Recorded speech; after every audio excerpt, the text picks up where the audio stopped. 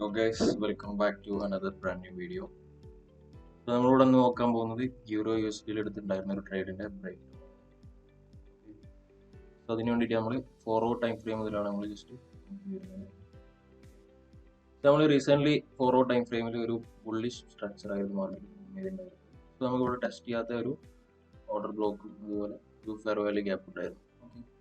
So ഇന്ന് market ഒരു London സെഷനിൽ മാർക്കറ്റ് എന്ത് ചെയ്തിട്ടുണ്ട്, ആ ഒരു ഫെയർ വാല്യൂ ഗ്യാപ്പ് ടെസ്റ്റ് ചെയ്തതിന് ശേഷം അവിടെ കാണാൻ പറ്റും റിയാക്ഷൻ മാർക്കറ്റിൽ വന്നിട്ടുണ്ട്. സോ ഒരു സമയത്ത് നമ്മൾ എന്ത് ചെയ്തു, 50 മിനിറ്റ് ടൈം ഫ്രെയിമിലേക്ക് നോക്കിയ സമയത്ത് നമ്മൾ കാണാൻ കഴിയും ക്ലിയർ ആയിട്ട് ഒരു momentum shift fair value gap തന്നിട്ടുണ്ടായിരുന്നു.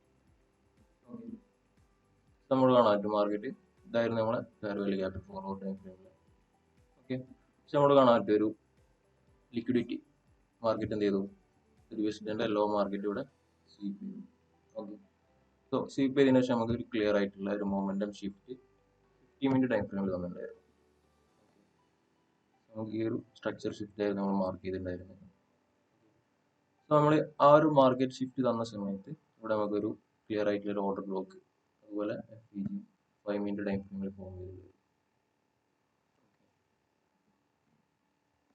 നമുക്ക് കാണാൻ പറ്റും ഈ ഒരു ലോങ് വിക്ക് മാർക്കറ്റ് എന്ത് ചെയ്തു, ഇവിടെ കാണാൻ പറ്റും ഒരു ലോങ് വിക്കിന്റെ ശേഷമാണ് മാർക്കറ്റ് എന്ത് ചെയ്തത്, ഈ ഒരു സ്ട്രക്ചർ ഷിഫ്റ്റ് ചെയ്തത്. സോ നമുക്കിവിടെ ഈ ഒരു ലാസ്റ്റ് വിക്ക് ഇതായിരുന്നു നമ്മളെ ലാസ്റ്റ് ഡിമാൻഡ് സോൺ ആയിട്ട് മാർക്ക് ചെയ്തിട്ടുണ്ടായിരുന്നത്.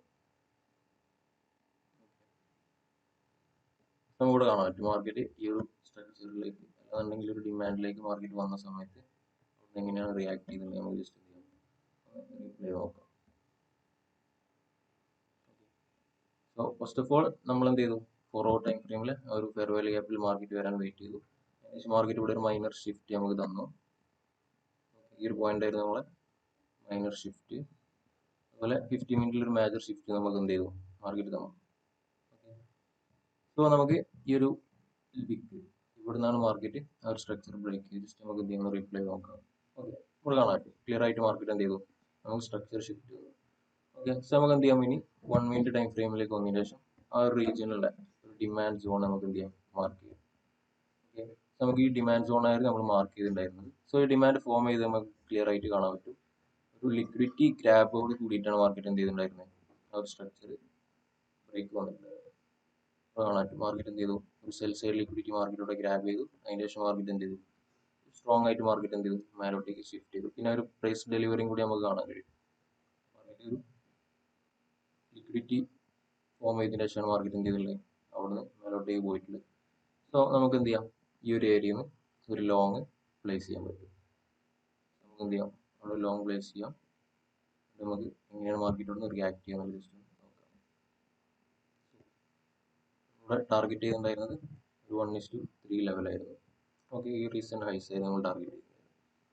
So let's see.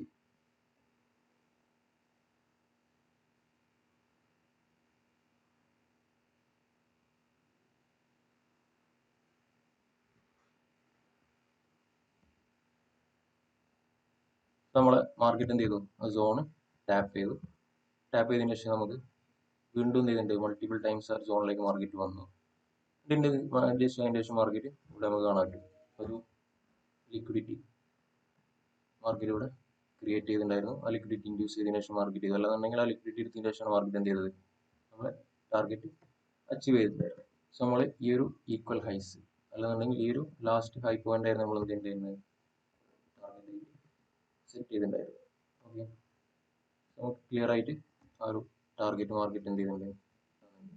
ഇവിടെ നമ്മൾ അടുത്തായിട്ട് മേജറായിട്ട് നോട്ടീസ് ചെയ്യേണ്ട കാര്യം എന്ന് വെച്ച് കഴിഞ്ഞാൽ കറക്റ്റ് ആ ഒരു ലണ്ടൻ ഓപ്പണിങ്ങിന്റെ ശേഷമാണ്. നമുക്കറിയാം 1:30ക്കാണ് ലണ്ടൻ മാർക്കറ്റ് ഓപ്പൺ ചെയ്യുന്നത്.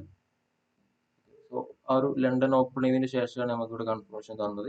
ആ ടൈം വിൻഡോയിൽ തന്നെ എന്ത് ചെയ്തിട്ടുണ്ട്, മാർക്കറ്റ് ആ ഒരു സോണിലേക്ക് വന്നു, എൻട്രി എടുത്തു, മാർക്കറ്റ് എന്ത് ചെയ്തു, മേലോട്ടേക്ക്. ഓക്കെ, നമ്മളിവിടെ ഈ ഒരു അപ്ലൈ ചെയ്ത ഈ ഒരു മെത്തേഡ് എല്ലാവർക്കും ക്ലിയർ ആയി എന്ന് വിചാരിക്കുന്നു.